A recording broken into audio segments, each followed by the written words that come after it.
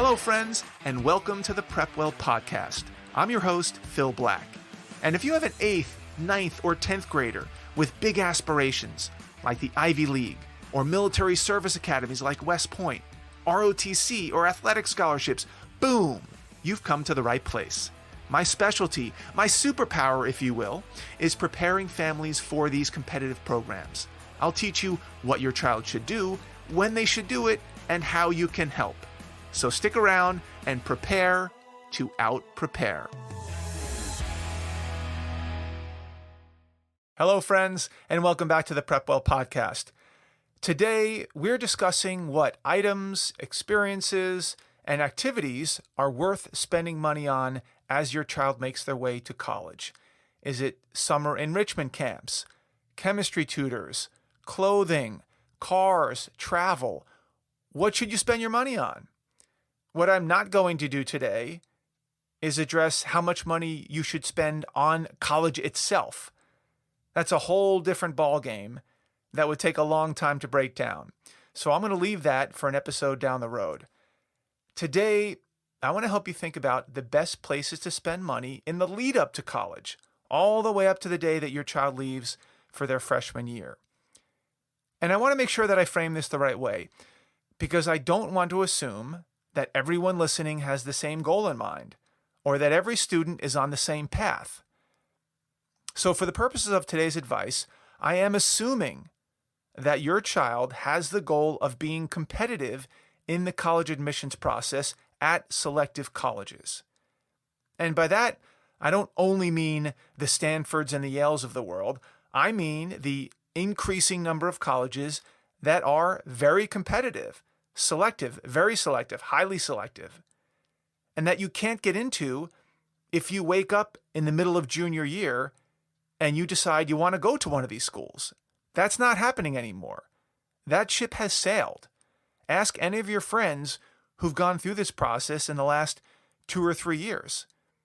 I know that's not the way it used to be, but we're in a new world. You are either engaged in this process in 8th, 9th, and 10th grade, and paying attention what classes you're taking, and what clubs to join, and what to do over the summer, or you're not. It's that simple. The difference between students who are on track for college and those who are not has never been more clear. You're either tracking or you're not. There's not a lot in between. These days, I see 3 categories of students when it comes to competitive college admissions. There are those students who are not ready, those students who are ready, and those students who are super ready.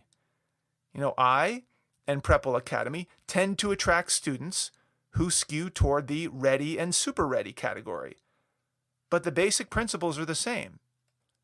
So again, my advice today is for the students and families who think that college is the right path for them. They're motivated to make it happen. And they want to be in that ready or super ready mode when they hit 11th grade and they start thinking about and creating target lists of competitive colleges. Again, I'm not suggesting that this is the be-all and end-all, or this is the right or wrong answer for your child and your family, especially without knowing what kind of student debt they might incur for their trouble if they go down this path. But again, that's a topic for a different day. If your child is not planning to take this more traditional college path, then my advice would change, sometimes dramatically. I'll also be talking a lot about money and spending money and what to spend money on. And I don't mean to exclude anybody who may not have the disposable income needed to support some of the activities we'll be talking about. In fact, it's the opposite. Today's message is almost more important for families without unlimited budgets, because they're the ones who have to make these tough decisions about where and how to put their money to work. The way I see it, there are 4 main categories of spending. Category 1, academics. Category 2, advice. Category 3, sports. And Category 4, experiences. And we're going to go through each one of these one at a time. Let's start with Category 1, academics. It is my contention that you should do everything in your power to pay for virtually anything related to academics. At a young age, coming up the ranks, this means books, books, and more books. And I know it's becoming increasingly rare to see a student with a book in their hand instead of a phone in their hand. That's what we're trying to work against. And for those regular listeners to this podcast, I'm sure you're sick of hearing me saying that spurring a love of reading in your child is your number one job as a parent. Full stop, period. I'm not saying this is easy, but it's worth every dime, nickel, penny, every second of your time. I have not seen personally a single factor that relates so directly to academic performance than how big or small a reader your child is. For my family, I have 4 sons. I'm batting probably about 700 right now. 2 of my sons have crossed the chasm. They're avid readers. Ding, ding. 1, at least so far, has missed the boat. And 1 who's right on the cusp, and we're trying to get him over the hump. And we have an understanding in my family. If you find a book that you're interested in reading, and you tell me the title and the author, I will have it ordered on Amazon within 5 minutes. Period. That's my promise. And it usually gets dropped on our doorstep within a day or 2 by Amazon. No questions asked. We have a 100% unlimited book budget. Now, there are some strings attached. The most important one is, if I buy it, you will read it. It doesn't sit on the shelf. Now, if I buy the book and it comes, I give them some time to read it, and then I quiz them. Who are the main characters? What's the setting? What's the time period like? Give me some plot twists, some surprises. I always verify whether or not they're actually reading the book. And so far, knock on wood, everyone's been on board. So if you can afford it, I would implement the same policy in your home. Thankfully, books are pretty cheap these days and highly accessible.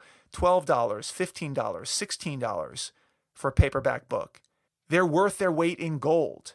I mean, these days, that's what a burrito costs. Plus, it gets that phone out of their hands for a few minutes during the day. So that's a really simple one. Unlimited book budget. What else? Well, in my family, in addition to books, it might be an online course that costs some money, or a historical documentary that we have to subscribe to some channel to watch, or a trip to a museum. Anything that can be tied back to something academic has a pretty good shot at getting funded. And believe me, my kids have gotten pretty good, pretty creative at tying nearly everything they want back to some academic experience. And that's fine with me. Thankfully, most of these expenses are relatively minor and sustainable. The reason I'm so generous on the academic stuff, other than just trying to raise intellectually engaged kids, is because academics play such a big role on the path to college. These days, extremely strong academics has become a given, not a point of differentiation. And if you're not tracking academically, your competitiveness in the selective college admissions process is over before it even starts. So this is not something to leave up to chance. Now, as the kids get older, the stakes get higher, both financially and with respect to academic benchmarks. As most of us know, to be competitive, you need very good grades. For many colleges, you need almost perfect grades in challenging courses, AP classes, honors classes, IB programs. So if your child wants to be in the conversation, they need to perform academically. And if this means hiring a tutor, then so be it. Hire a tutor if you can. I'm not suggesting that everyone goes out and hires a fleet of tutors for every single class, but I am recommending that if there's a particularly challenging class, like a chemistry or a physics or a calculus, or a particularly bad teacher, that it might behoove you to find a tutor in that specific subject. Most of the students I work with, including my own sons, often need just a little extra nudge in one or maybe two subjects to make sure that they really understand the content. I'm talking about maybe one tutor session every other week or so. It depends on how lost they are. Think of this as an insurance policy that hopefully will help your child stay on top of their studies. Unfortunately, unlike a $12 paperback book, good tutors ain't cheap. So you have to use those bullets wisely if you're on a budget. This also means that your child really needs to be on board and they really need to make those minutes count with the tutor.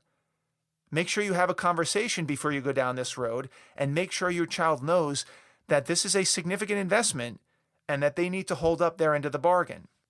Which leads me to my last recommendation related to academics, SAT and ACT prep.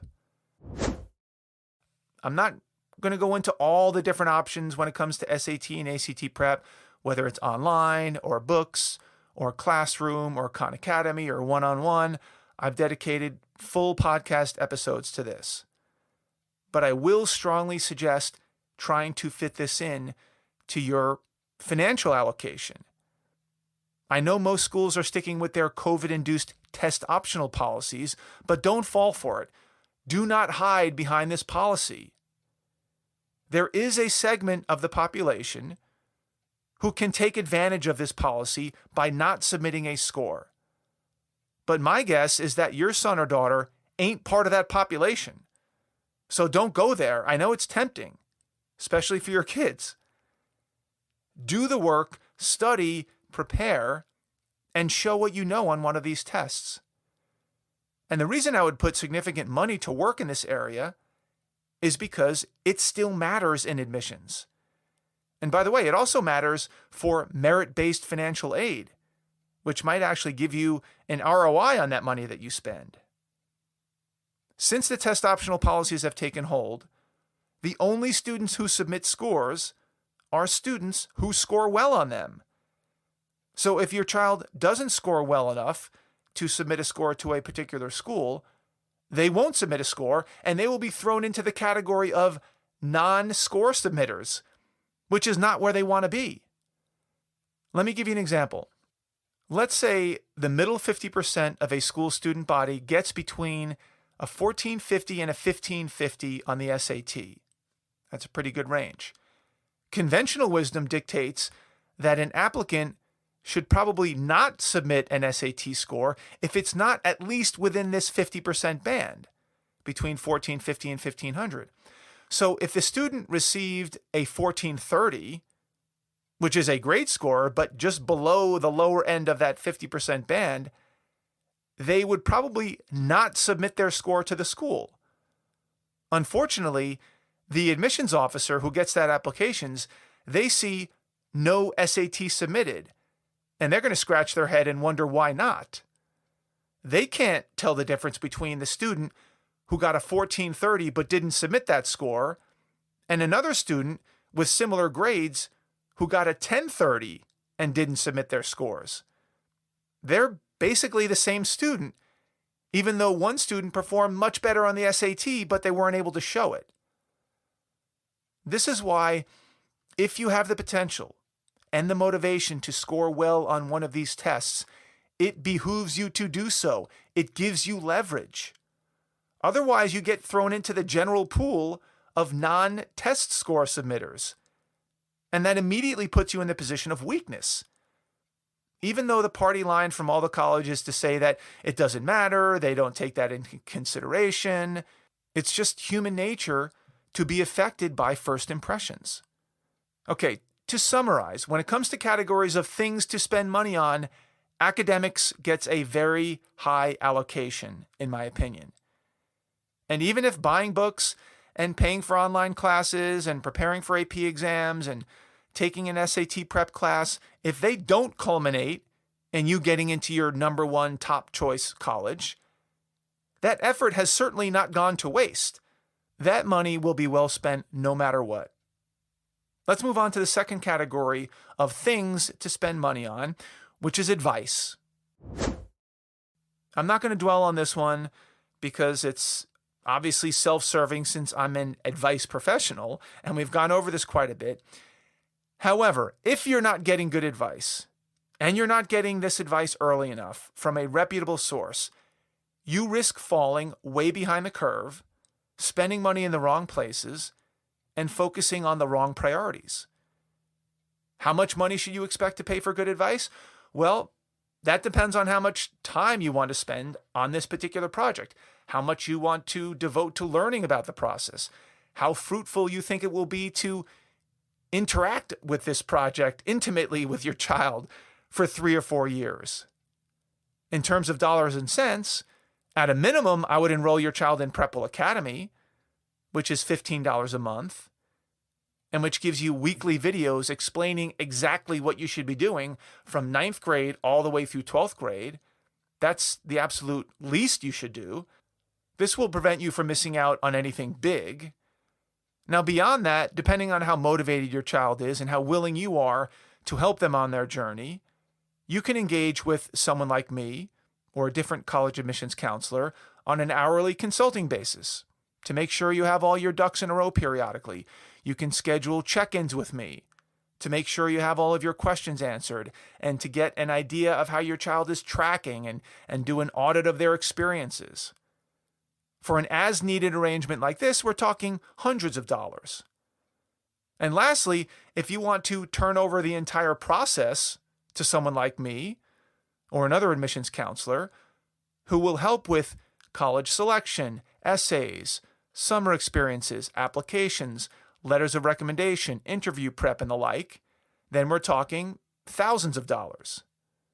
Like anything else, you can spend a modest amount of money to make sure you're not making any of the big mistakes. You can pick and choose your spots, or you can go all in and invest significant money, making sure that all of your bases are covered and that you're off the hook, and that hopefully it's a transformational experience for your child. This spend can be from $150 all the way up to $10,000 or more, depending on the needs of the child and the family.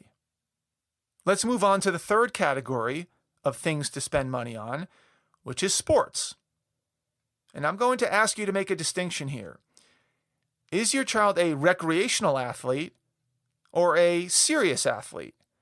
Because the spending will change depending on the answer. If your child plays a sport as a recreational pursuit, in the same vein as they would with piano lessons or taekwondo or theater, then I would recommend spending money within reason to help them advance in their sport for however far they want to take it. Unfortunately, as you probably have figured out by now, recreational leagues in most sports are slowly disappearing. Because once you get toward 4th or 5th grade, the great separation happens. The best kids start playing on club teams or travel teams or all-star teams, and the not as committed or not as talented kids tend to stick with rec for another year or two until that rec league shuts down due to lack of participation. So the recreational sports path typically fizzles out on its own. On the other hand, with the serious athletes, things get pretty crazy pretty quick. Most of you know what I'm talking about, so I'm not going to dwell on that right now. In terms of how much money you should spend on this racket, I would think about it the following way. And there are a lot of caveats here to follow, so please let's try to be patient here. Try to follow the bouncing ball. If money is no object for you, I know that's a big if, and you want your child to use sports to help them get into a college that they otherwise wouldn't get into, and your child appears to have the potential to be a college player at any level, Division 1, 2, or 3, and it doesn't matter whether or not they get any type of athletic scholarship, then the answer is pay up. Make the deal with the devil. Pay for that new embroidered duffel bag every season. Pay for the travel, the hotels, the dues, the equipment, the personal trainers. Go all in. The reason you go all in, again, this is the caveat is money is no object, is because being a recruited athlete is one of the very few ways to have any control over the admissions process. As an athlete, depending on how well you manage the recruiting process and how good you are, you can often dictate where you want to go to school and oftentimes have great leverage along the way. This is in sharp contrast to being a generic, non-recruited student who submits one of 150,000 applications to UCLA and hopes for the best. That's not a great position to be in. Now, is it worth spending $50,000 to $100,000 during high school to be able to get to the point where you are a recruited athlete who has some control of their destiny? Maybe. Probably. Again, this assumes that money is no object. Now, let's make this a little bit tougher. Let's assume that money is an object and that you don't have an unlimited budget. Now what do you do? Do you spend like a drunken sailor and hope for the best? Or will you run out of money before your child even gets to college? Now, to make this decision, you have to think about the following questions. Question number 1, does my child play a head count sport that actually gives full athletic scholarships? And if they play lacrosse or water polo or soccer or many, many other sports, the answer is going to be no. Those are equivalency sports. The second question is, if so, if they do play a head count sport, which gives scholarships, will they be good enough to get a scholarship to a school that they actually want to attend? Not just any old school, but a school that they actually want to attend. Now, these are brutally difficult questions that you have to think about basically when your child is in 6th or 7th grade. Because if they don't commit to their sport by then, and you don't commit to paying for it in a big way, then they will likely not be good enough to make good on that bet. So let me try to break this down again.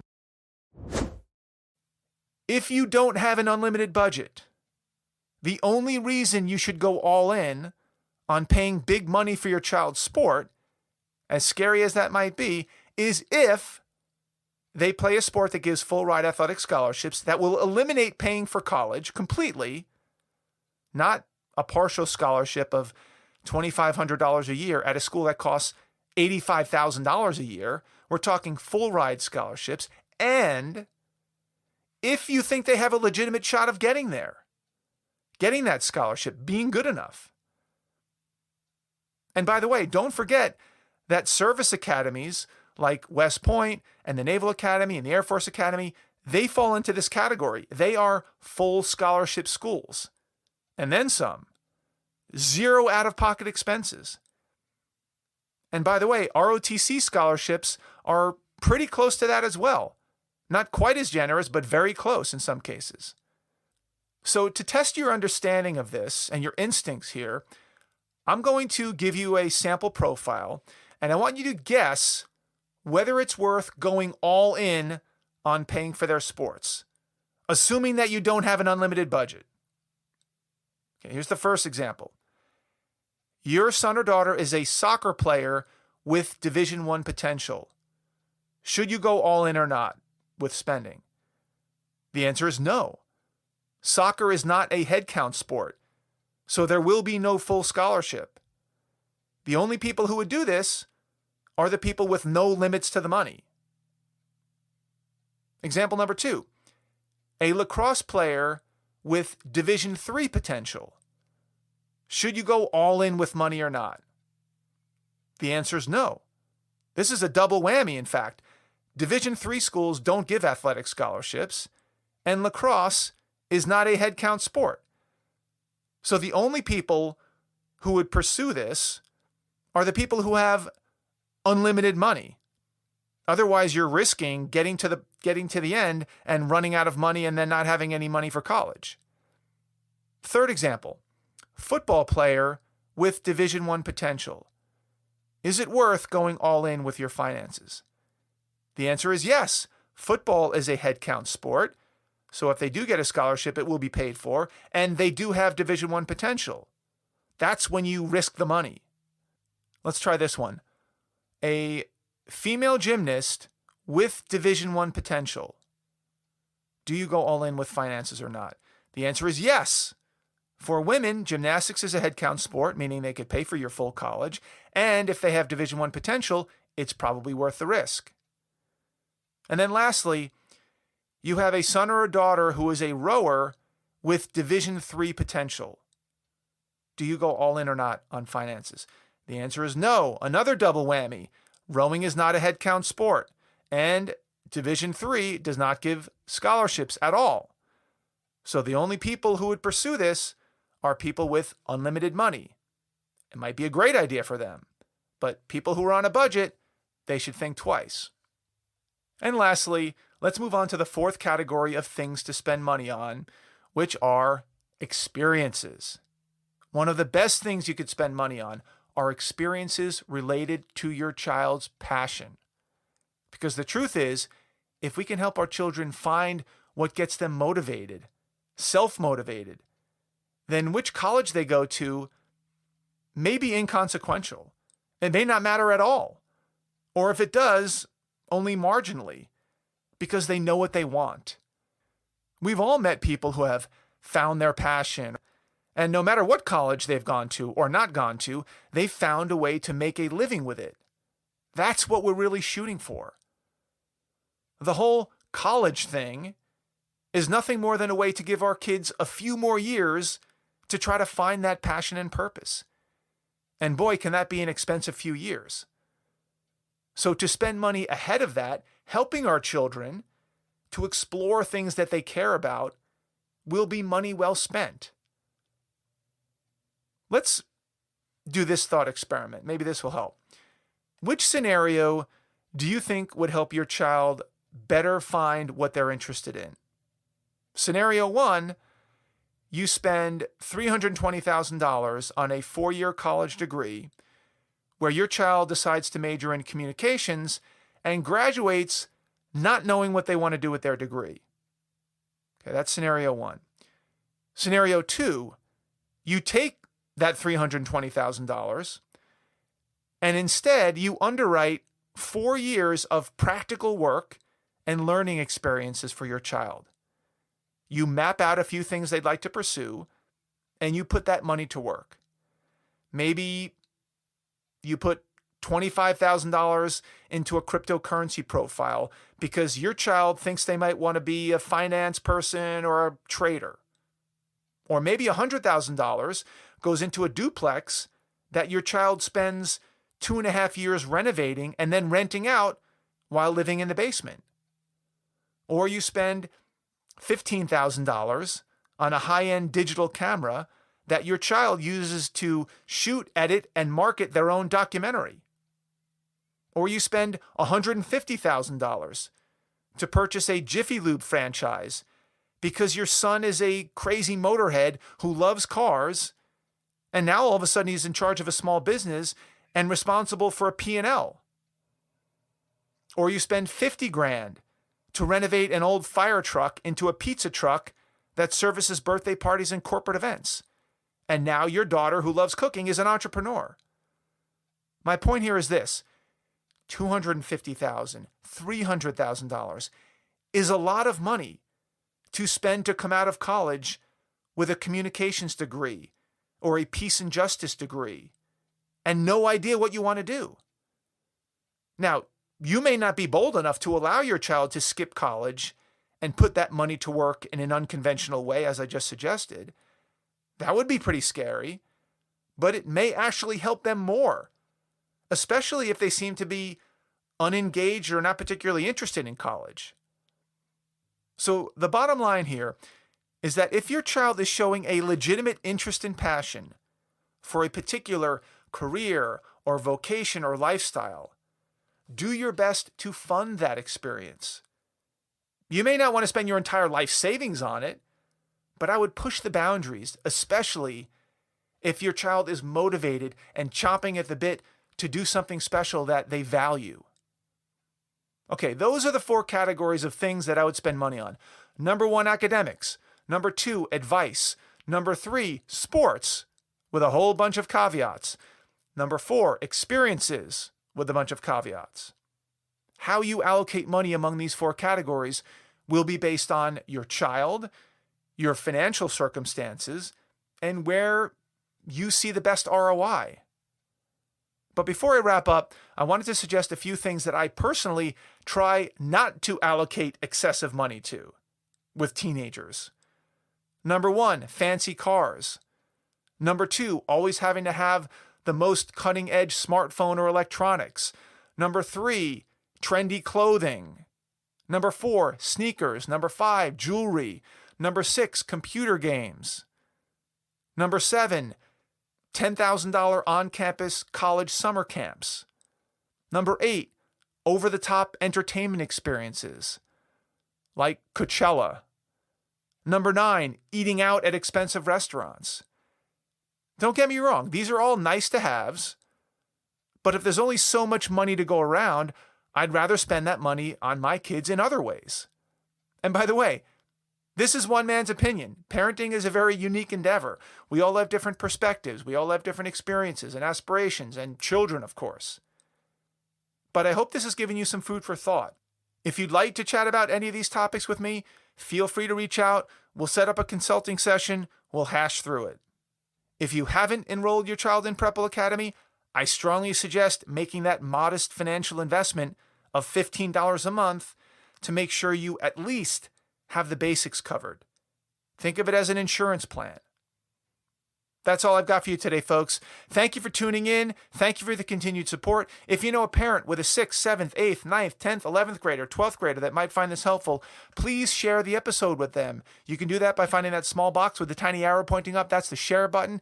Click that button, text your friends a link to this episode with a little personal note from you recommending that they give it a listen. If you have questions, comments, or an idea for an upcoming episode, if you want a consulting session, please reach out to me by email, DM me on Instagram, check out our blog, Facebook, connect with me on LinkedIn. I would love to hear from you. Until next week, goodbye, good luck, and never stop preparing.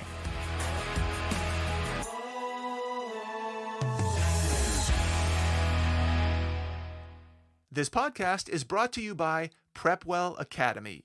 PrepWell Academy is my one-of-a-kind online mentoring program that delivers to your 9th or 10th grader a short, highly relevant video from me every week, every Sunday, in fact, where I give them a heads up about what they should be thinking about to stay ahead of the game.